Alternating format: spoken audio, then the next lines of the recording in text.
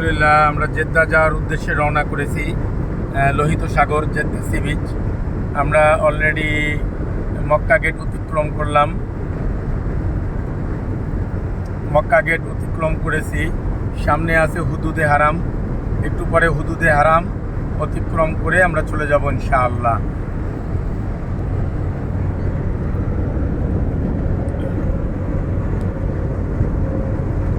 আমরা দূর থেকে দেখতে পাচ্ছি হুদুদে হারাম গেটটা দূর থেকে দেখতে পাচ্ছি।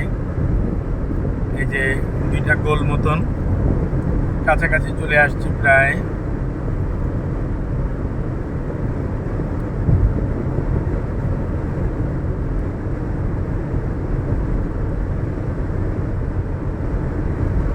এই যে আমরা দেখতে পাচ্ছি হুদুদে হারাম গেট, আমরা এখন অতিক্রম করতেছি।